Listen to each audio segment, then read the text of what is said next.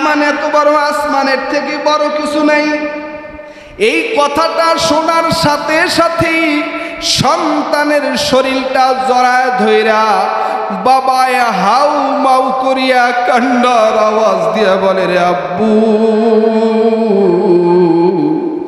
এই আসমান থেকেও বড় হলো তোমার বাবার গুনাহ, এই আসমান থেকেও বড় হলো তোমার বাবার পাপ।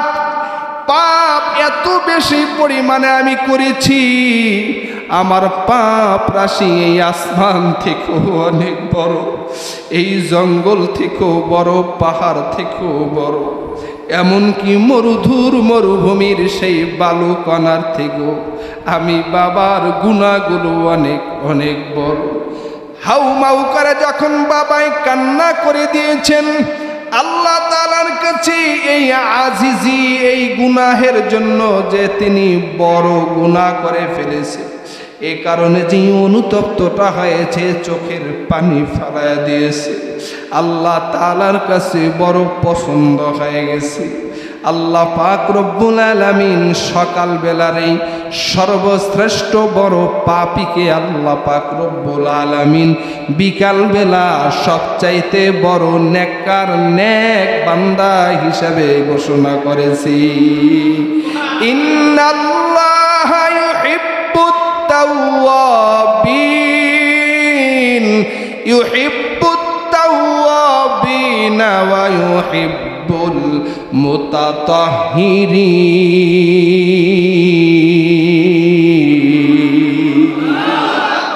আল্লাহ পাক রব্বুল আলামিন বলে, বান্দা গুনাহ করেছো, তওবা কর, ফিরিয়া আয়। নামাজ পড়তে পারো নাই, জোহর পড়তে পারো নাই, ফজর পড়তে পারো নাই, আসরের নামাজে হাজির হয়ে যাও। আসর পড়তে পারো নাই, মাগরিব পড়তে পারো নাই, বান্দা আয় আয়, এশারের নামাজে হাজির হয়ে যাও। বান্দা যখন এশার নামাজ আদায় করে আল্লাহ খুশি হইয়া 4 ওয়াক্তের অপরাধ ক্ষমা করে দেয়। আল্লাহ কত বড় মহান, আল্লাহ কত বড় দয়াময়। আল্লাহ তাআলার কাছে যদি বান্দার অপরাধের কথা একটু ভাইঙ্গা খুইলা বলতে পারে, আল্লাহ পৃথিবীর শ্রেষ্ঠ অপরাধীকেও আল্লাহ ক্ষমা করে দেয়। আল্লাহ বলেন, ও ফেরেশতারা জানো, আমি আল্লাহর রাগ ও গুসার থেকে আমি আল্লাহর দয়া কোটি কোটি গুণে অনেক বেশি।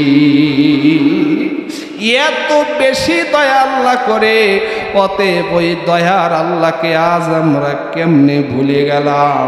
আজ আমরা কেমনে নামাজ থেকে বিরত হইলাম? আজ আমরা কেমনে আল্লাহর অবাধ্যতা করি, কিভাবে আল্লাহর নাফরমানি করি?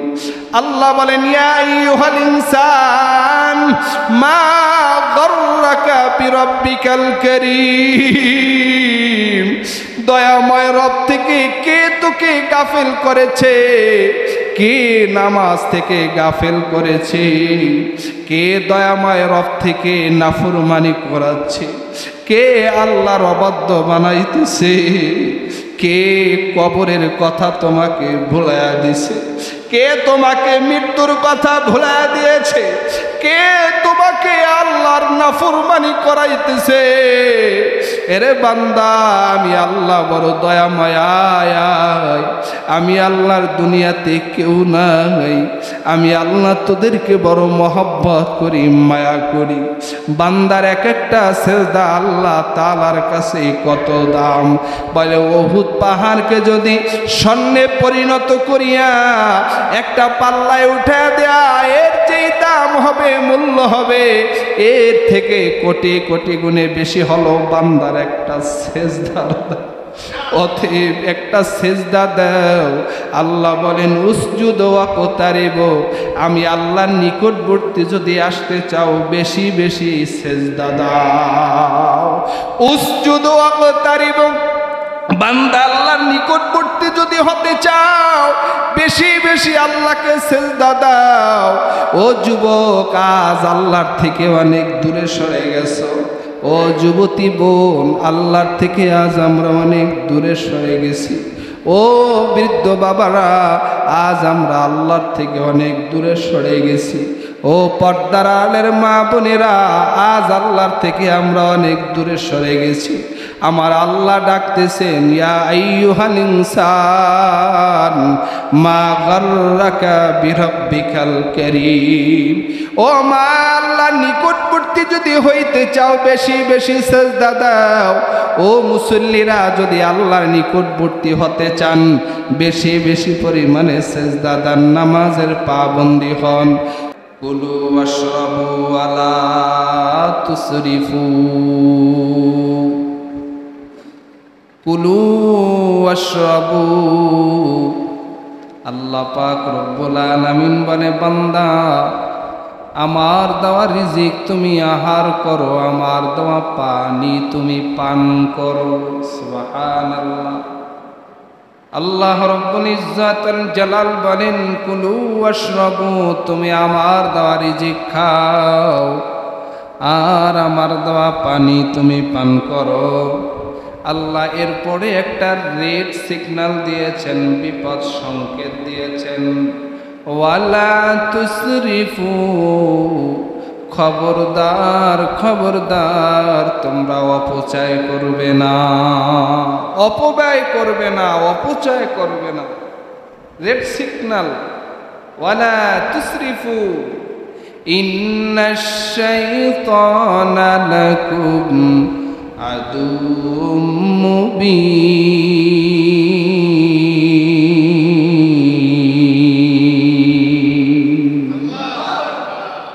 নিশ্চয় শয়তান মানুষের প্রকাশ্য দুশমন।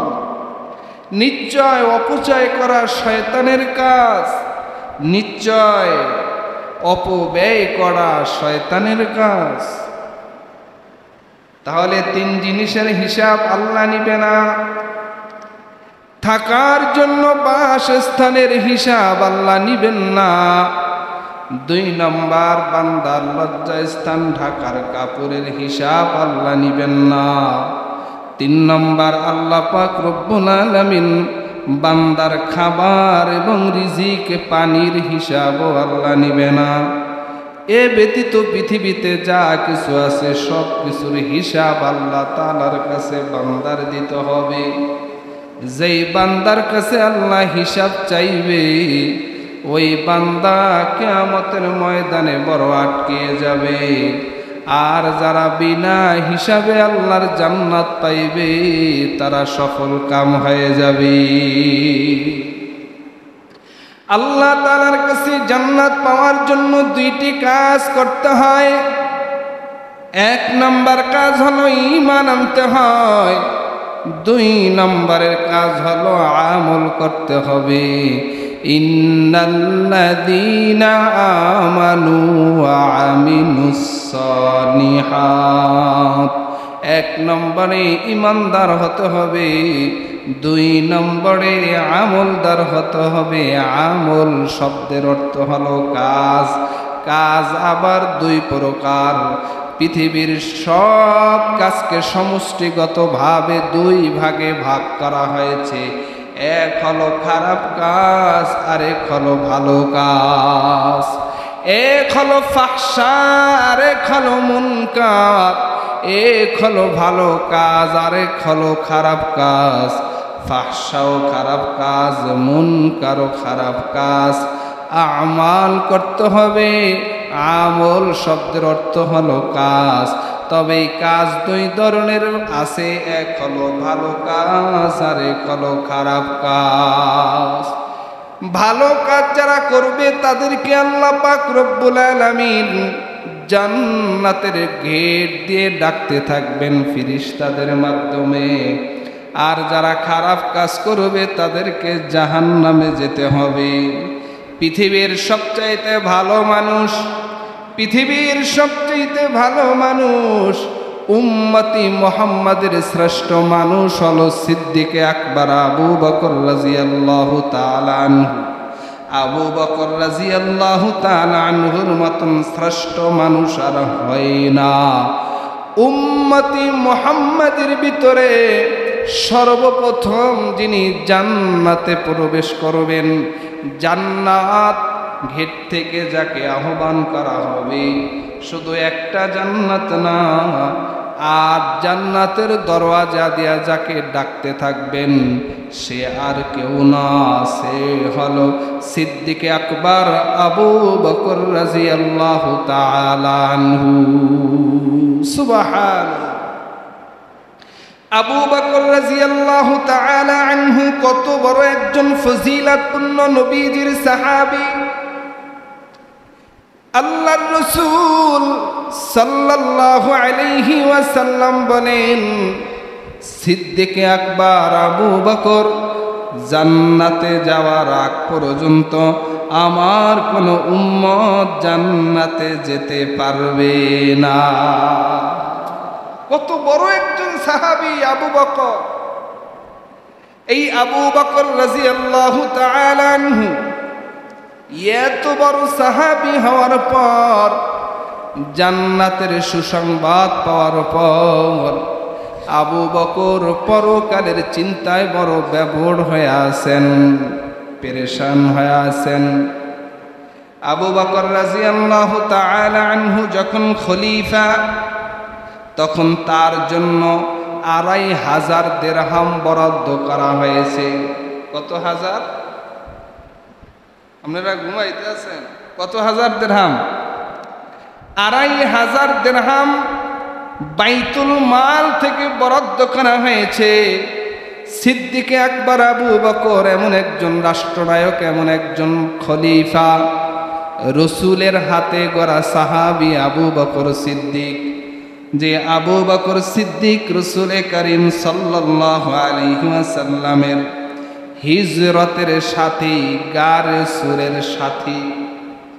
এই আবু বকর রাদিয়াল্লাহু তাআলা আনহু যখন খলিফা, রাষ্ট্রনায়ক, তখন বাইতুল মাল থেকে তার জন্য বরাদ্দ করা হয়েছে মাত্র ২৫০০ দিরহাম।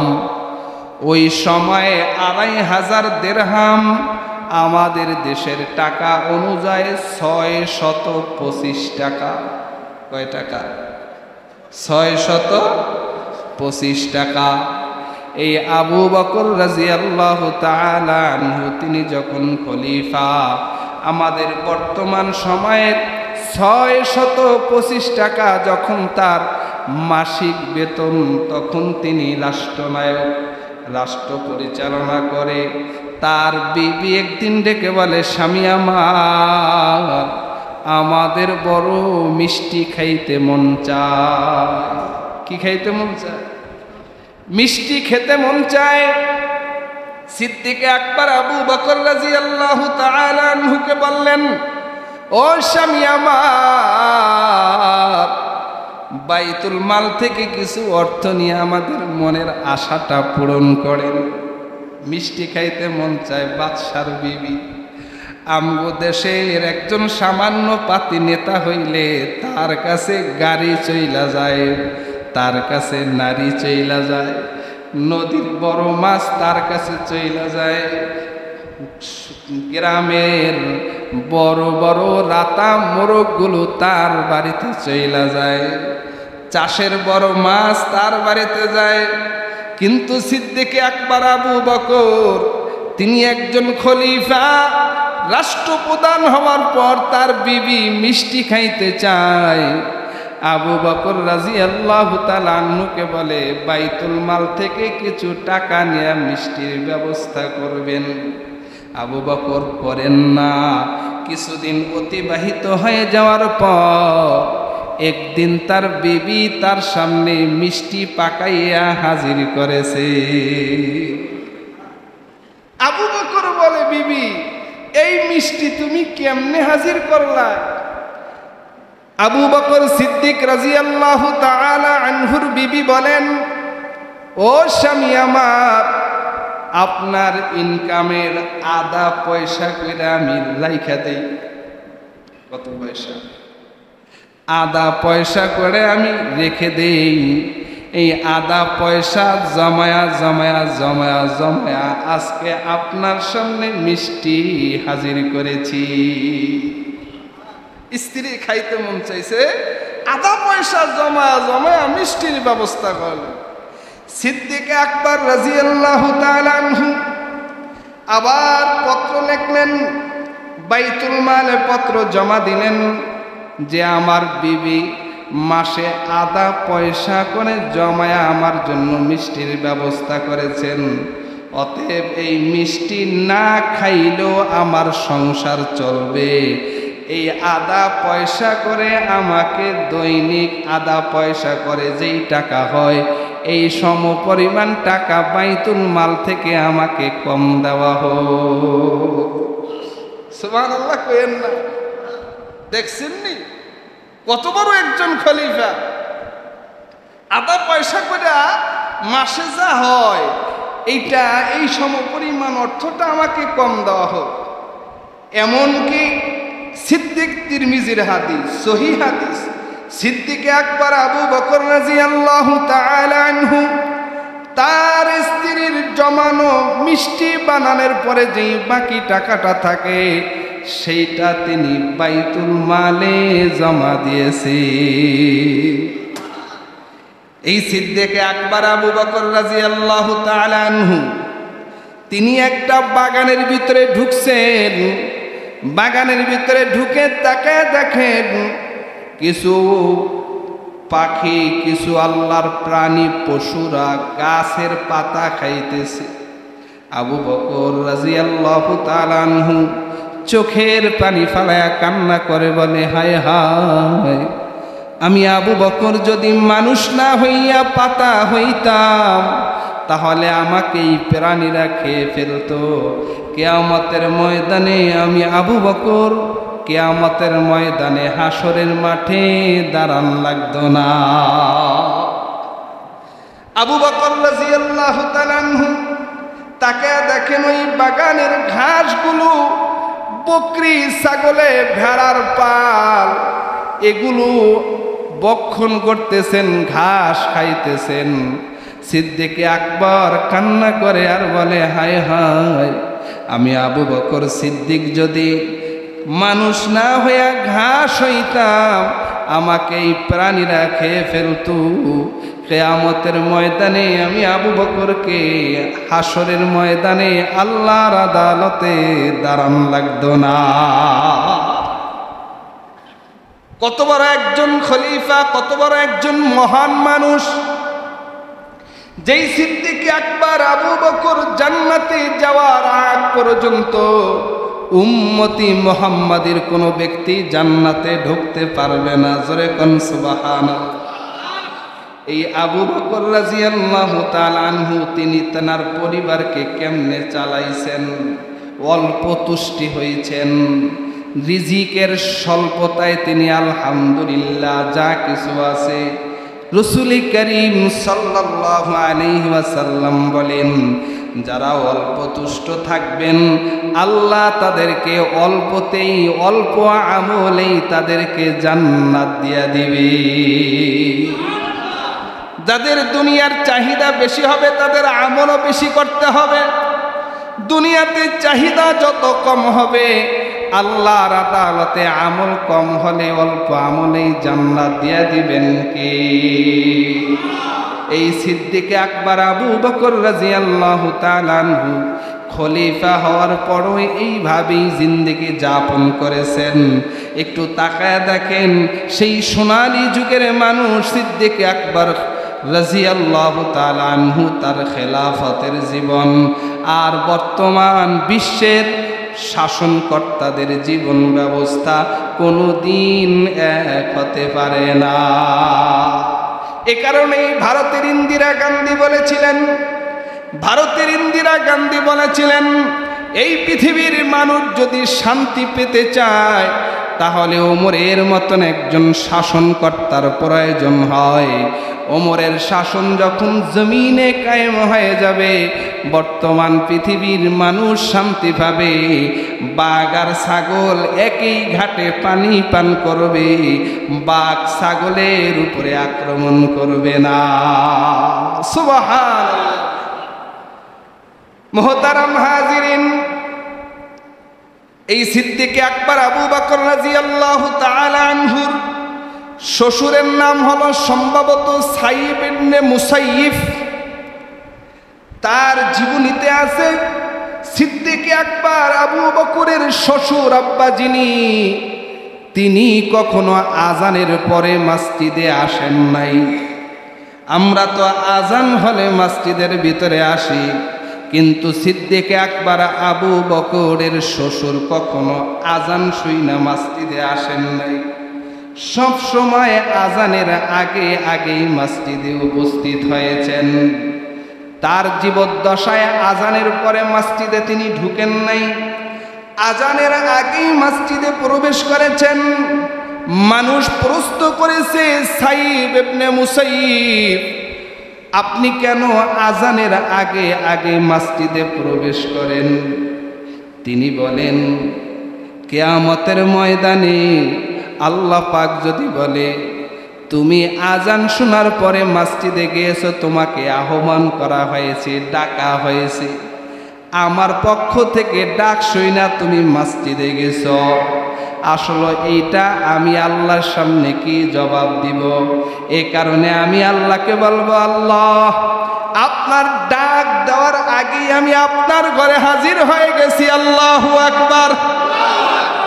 ও আল্লাহ, আপনি ডাক দেওয়ার আগে আগেই আপনার ঘরে আমি হাজির হয়ে গেছি। ও উম্মতি মুহাম্মাদিরা, আজ আপনাদেরকে ডাইকা ডাইকাও মসজিদে আনা যায় না, কিন্তু আবু বকর সিদ্দিক রাদিয়াল্লাহু তাআলা আনহুর শ্বশুর বলেন, আল্লাহ কিয়ামতের ময়দানে আপনি যদি জিজ্ঞেস করেন আমি ডাকার পরে মসজিদে গেছো, ওই দিন আমি বলবো না আল্লাহ, আপনার ডাকার আগে আগে আমি আপনার ঘরে হাজির হয়েছি, আপনাকে লাব্বাইক বলেছি। এরকম অসংখ্য বুজুর্গানে দিন আছে যারা আজানের আগে আগেই মসজিদে হাজির হয়ে যায় শুধুমাত্র আল্লাহর ইবাদত বندگی করবার জন্য। কিন্তু বড় দুঃখ আর পরিতাপের বিষয় হলো, আজ আমরা আজান শোনার পরেও মসজিদে হাজির হইতে পারি না।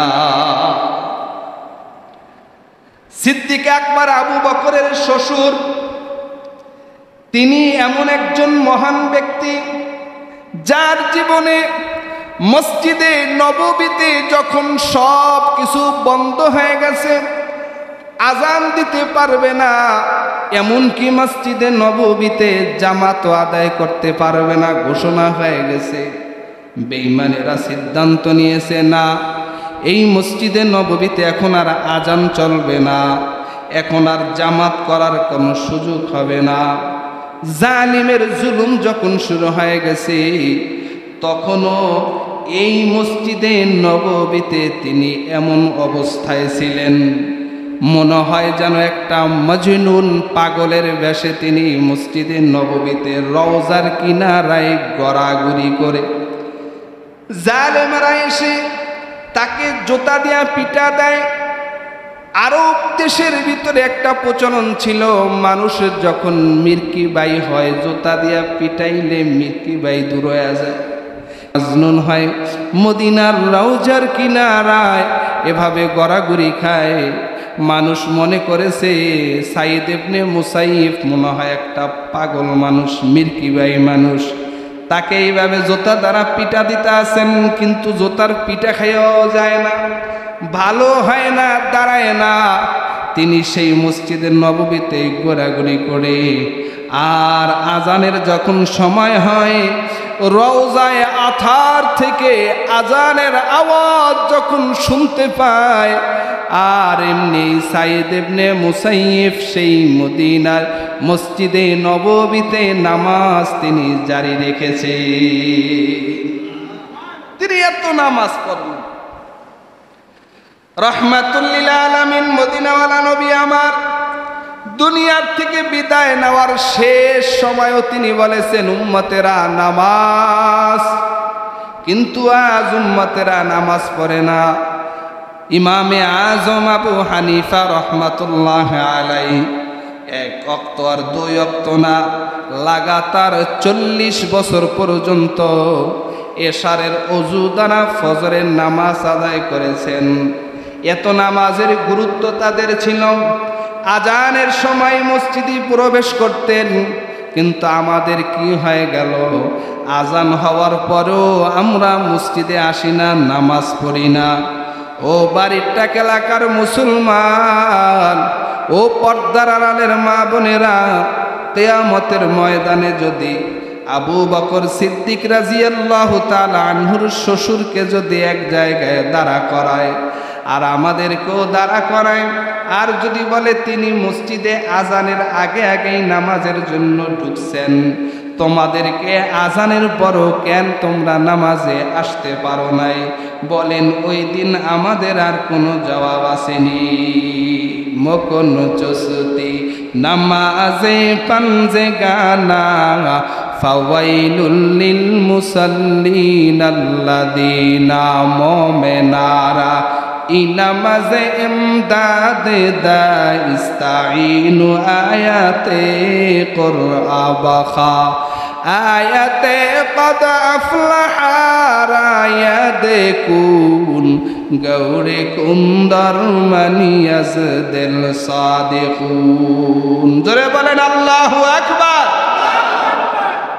আমরা সামান্য মুসিবত দেখলে মসজিদে ঢুকি না, আর সাহাবায়ে কেরাম মুসিবত দেখলে দৌড়ায় মসজিদে ঢুকতেন। কথা কোন ঠিক? মুহতারাম হাজিরিনের জন্য নামাজের জন্য মসজিদে আসার দরকার আছে না নাই? আজানের আগে না পরে? চিন্তা করতে হবে আমি আজানের আগেই মসজিদে হাজির হব, তাইলে পাক্কা নামাজি হতে পারবো। মুসল্লি তো ওই ব্যক্তি যেই ব্যক্তি এক ওয়াক্ত শেষ হইতে না হইতে আর এক ওয়াক্ত আসার জন্য তিনি পেরেশান। আল্লাহর দয়া ব্যতীত আমাদের কিচ্ছু নাই। আমাদের আমল, আমাদের ইবাদত বন্দেগী দিয়া জান্নাতে যাওয়া সম্ভব না, পারবো না। কারণ আমাদের পূর্বপুরুষরা যে ইবাদত বন্দেগী করেছে, পূর্বপুরুষদের নারীরা যে ইবাদত করেছেন, এই ইবাদতও আমরা করতে পারি না। তো আমাদের ইবাদত দ্বারা জান্নাতে যাওয়া সম্ভব না। জান্নাতে যাব কার দয়ায়? আল্লাহর দয়া ব্যতীত জান্নাত নাই। আল্লাহর দয়া কেমন?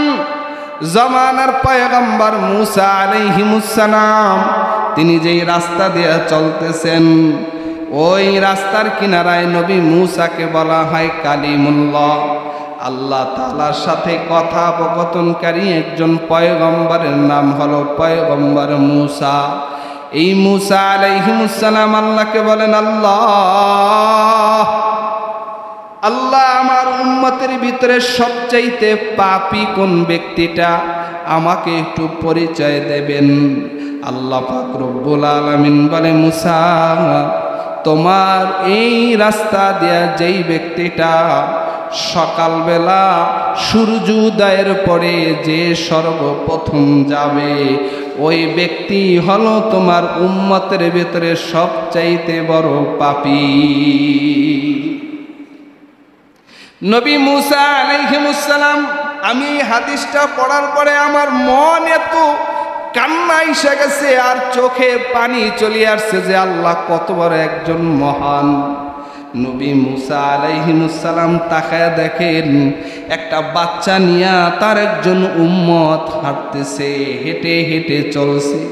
নবী মুসা আলাইহিস সালামের বুঝতে আর বাকি নাই, এই ব্যক্তি সর্বপ্রথম এই পথ দ্বারা আজকে ফজরের পরে সূর্য উদয়ের পরে তিনি অতিক্রম করতেছেন।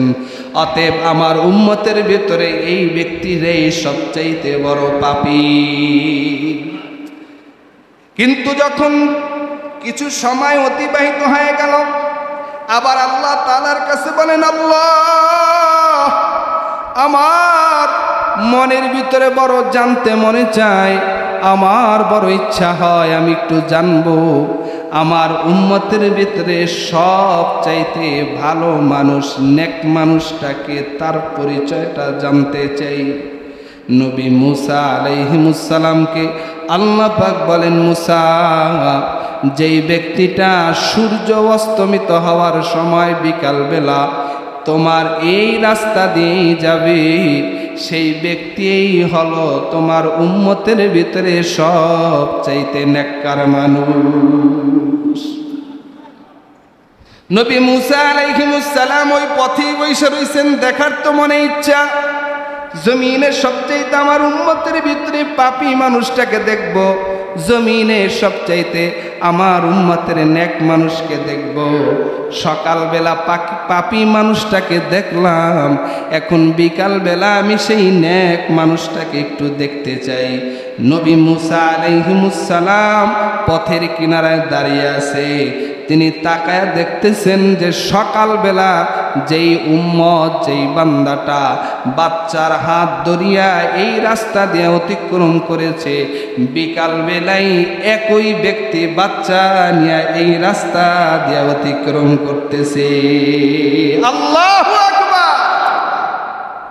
একই ব্যক্তি আল্লাহ পাকের দরবারে আবার আরজি জানালো, আল্লাহ ও দয়ার মালিক, যেই ব্যক্তি সকালবেলা পাপী বলে দেখলাম, বিকালের টাইমে তো একই ব্যক্তিকে দেখলাম, বুঝতে পারলাম না। আল্লাহ পাক রব্বুল আলামিন বলে, মুসা তুমি যা দেখেছো সত্যই দেখেছো, সে সকালবেলার তোমার উম্মতের ভিতরে সবচাইতে পাপী ব্যক্তি ছিল। কিন্তু যখন তিনি তেনার সন্তান নিয়ে চলতেছিল, এই সন্তান বাবাকে জিজ্ঞেস করে, বাবা এই জমিনে সবচাইতে বড় কোন জিনিসটা দেখা যায়? কয় তাকায় দেখো এই যে জঙ্গল, এই জঙ্গল সবচাইতে বড়। সন্তান আবার জিজ্ঞেস করে, বাবা কত বড়? বলে অনেক বড়। কয় এর থেকে বড় আর কিছু নাই? কয় হ্যাঁ, এই জঙ্গল থেকে বড় আছে, সেই বড়টা হলো পাহাড়। এই পাহাড় এই জঙ্গলের থেকেও বড়, অনেক বড়। বলে পাহাড় এত বড় কারণ আল্লাহ পাক রব্বুল আলামিন এই জমিনকে স্থির রাখবার জন্য পাহাড় নামক বস্তু দিয়ে আল্লাহ প্যারাক বানায়া দিয়েছেন। যদি জমিনে পাহাড় না থাকতো তাহলে এই জমিন হেলতে থাকতো আর দুলতে থাকতো। এই জমিনকে স্থির রাখবার জন্য আল্লাহ পাক পাহাড়ের মতন নিয়ামত দান করেছে। ওই সন্তান ডেকে বলে, আব্বু জানতে চাই পাহাড় থেকে কি আর বড় কিছু নাই? সন্তানের জবাবে বাবায় ডেকে বলে, ও সন্তান, হ্যাঁ এই পাহাড়ের ব্যবস্থা পাহাড় থেকেও শক্তিশালী আছে। বলে সেটা কি? বলে সেটা হলো ওই যে আসমান, পাহাড় থেকেও বড় আসমান। তাই আসমান এত বড়, আসমানের থেকে বড় কিছু নাই। এই কথাটা শোনার সাথে সাথেই সন্তানের শরীরটা জড়ায় ধইরা বাবায় হাউ মাউ করিয়া কান্নার আওয়াজ দিয়া বলে, রে আব্বু, এই আসমান থেকেও বড় হলো তোমার বাবার গুনাহ। এই আসমান থেকেও বড় হলো তোমার বাবার পাপ। পাপ এত বেশি পরিমাণে আমি করেছি, আমার পাপ রাশি এই আসমান থেকেও অনেক বড়, এই জঙ্গল থেকেও বড়, পাহাড় থেকেও বড়, এমনকি মরুধুর মরুভূমির সেই বালু কণার থেকেও আমি বাবার গুনাহগুলো অনেক অনেক বড়। হাউ মাউ করে যখন বাবাই কান্না করে দিয়েছেন, আল্লাহ তাআলার কাছে এই আজিজি, এই গুনাহের জন্য যে তিনি বড় গুনাহ করে ফেলেছে, এই কারণে যে অনুতপ্তটা হয়েছে, চোখের পানি ফেলায়া দিয়েছে, আল্লাহ তাআলার কাছে বড় পছন্দ হয়ে গেছে। আল্লাহ পাক রব্বুল আলামিন সকাল বেলার এই সর্বশ্রেষ্ঠ বড় পাপীকে আল্লাহ পাক রব্বুল আলামিন বিকাল বেলা সবচাইতে বড় নেককার নেক বান্দা হিসাবে ঘোষণা করেছি। ইন্নাল্লাহা ইউহিব্বুত তাওয়াবিন ইউহিব্বুত তাওয়াবিন ওয়া ইউহিব্বুল মুতাতাহহিরিন।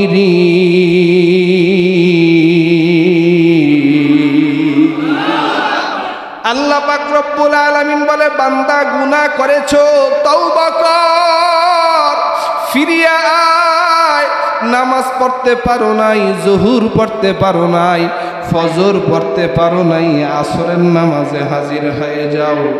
আসর পড়তে পারো নাই, মাগরিব পড়তে পারো নাই, বান্দা আয় আয় এশারের নামাজে হাজির হয়ে যাও। বান্দা যখন এশার নামাজ আদায় করে আল্লাহ খুশি হইয়া 4 ওয়াক্তের অপরাধ ক্ষমা করে দেয়। আল্লাহ কত বড় মহান, আল্লাহ কত বড় দয়াময়। আল্লাহ তাআলার কাছে যদি বান্দার অপরাধের কথা একটু ভাইঙ্গা খুইলা বলতে পারে, আল্লাহ পৃথিবীর শ্রেষ্ঠ অপরাধীকেও আল্লাহ ক্ষমা করে দেয়। আল্লাহ বলেন, ও ফেরেশতারা জানো আমি আল্লাহর রাগ ও গোসার থেকে আমি আল্লাহর দয়া কোটি কোটি গুণে অনেক বেশি। এত বেশি দয়া আল্লাহ করে, অতএব ওই দয়ার আল্লাহকে আজ আমরা কেমনে ভুলে গেলাম? আজ আমরা কেমনে নামাজ থেকে বিরত হইলাম? আজ আমরা কেমনে আল্লাহর অবাধ্যতা করি, কিভাবে আল্লাহর নাফরমানি করি? আল্লাহ বলেন, ইয়া আইয়ুহাল ইনসান মা গররাকা বিরাব্বিকাল কারীম। দয়াময় রব থেকে কে তোকে গাফিল করেছে? কে নামাজ থেকে গাফিল করেছে? কে দয়াময় রব থেকে নাফরমানি করাচ্ছে? কে আল্লাহর অবাধ্য বানাইতেছে? কে কবরের কথা তোমাকে ভুলাইয়া দিছে? কে তোমাকে মৃত্যুর কথা ভুলাইয়া দিয়েছে? কে তোমাকে আল্লাহর নাফরমানি করাইতেছে? এরে বান্দা, আমি আল্লাহ বড় দয়াময়। আমি আল্লাহর দুনিয়াতে কেউ নাই। আমি আল্লাহ তোদেরকে বড় মহব্বত করি, মায়া করি। বান্দার এক একটা সেজদা আল্লাহ তাআলার কাছে কত দাম। বলে, উহুদ পাহাড়কে যদি স্বর্ণে পরিণত করিয়া একটা পাল্লায় উঠে দেয়া, এর যেই দাম হবে, মূল্য হবে, এর থেকে কোটি কোটি গুণে বেশি হলো বান্দার একটা সেজদা। অতএব একটা সেজদা দাও। আল্লাহ বলেন, উসজুদ ওয়াকতারিব। আমি আল্লাহর নিকটবর্তী যদি আসতে চাও, বেশি বেশি সেজদা দাও। উসজুদ ওয়াকতারিব। বান্দা আল্লাহর নিকটবর্তী যদি হতে চাও, বেশি বেশি আল্লাহকে সেজদা দাও। ও যুবক, আজ আল্লাহর থেকে অনেক দূরে সরে গেছো। ও যুবতী বোন, আল্লাহর থেকে আজ আমরা অনেক দূরে সরে গেছি। ও বৃদ্ধ বাবারা, আজ আমরা আল্লাহর থেকে অনেক দূরে সরে গেছি। ও পর্দার আলের মা বোনেরা, আজ আল্লাহর থেকে আমরা অনেক দূরে সরে গেছি। আমার আল্লাহ ডাকতেছেন, ইয়া আইয়ুহাল ইনসান মা গাররাকা বিরাব্বিকাল কারীম। ও মা, আল্লাহর নিকটবর্তী যদি হইতে চাও, বেশি বেশি সেজদা দাও। ও মুসল্লিরা, যদি আল্লাহর নিকটবর্তী হতে চান, বেশি বেশি পরিমাণে সেজদা দান, নামাজের পাবন্দি হন। শুক্রবার জুমার দিন আসলে মনটা ভরে যায়, কিন্তু ওয়াক্তিয়া নামাজের সময় মসজিদ বড় শূন্য শূন্য লাগে। এক কাতার মুসল্লি নিয়ে নামাজ পড়তে পারি না। ও এলাকার মুসল্লিয়ানে কেরাম, ও মসজিদের আশেপাশের যুবক নওজোয়ান, এ পুরুষেরা, সুস্থ থাকা অবস্থায় মসজিদ ত্যাগ করিও না। কারণ আমার নবী বলেছেন লা সলাতা ইল্লা বিল জামাআ। ইচ্ছাকৃতভাবে যদি কেউ জামাত তরক করে, তার নামাজ হয় না। ইচ্ছাকৃতভাবে যদি কেউ নামাজ তরক করে, জামাত তরক করে, মসজিদ ত্যাগ করে, তার নামাজ হয় না। অতএব যদি নামাজকে বানাইতে চাও, আল্লাহর ঘরে আসো, আল্লাহর হুকুম আদায় করো, নামাজের পাবন্দি হও। সিদ্দিকে আকবর আবু বকরের শ্বশুর যেমনি ভাবে আজানের আগে মসজিদে আসতো, আমরা কি পারি না এভাবে আজান শুই নাও একটু মসজিদে আসতে?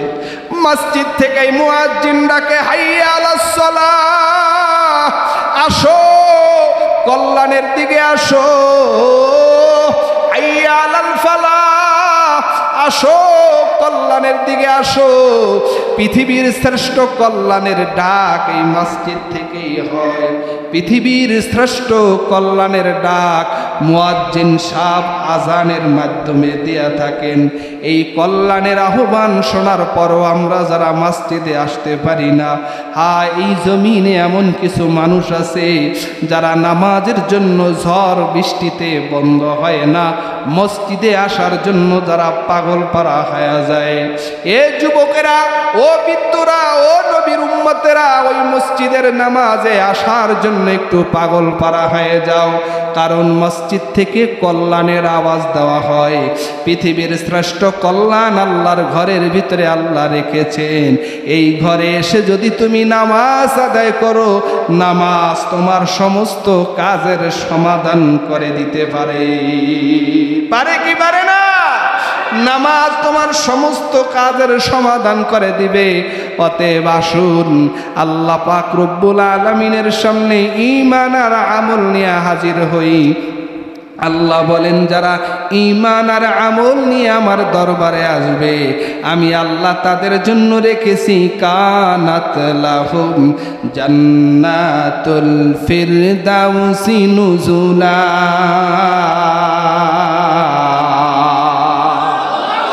তাদের জন্য আমি আল্লাহ রেখেছি জান্নাতুল ফিরদাউস। বলেন সুবহানাল্লাহ। আল্লাহ আমাদের সবাইকে জান্নাতুল ফিরদাউস দান করেন, বলি আমিন। ওয়া আখিরু দাওয়ানা আলহামদুলিল্লাহি রাব্বিল আলামিন। পরে যারা সিচারে কাবল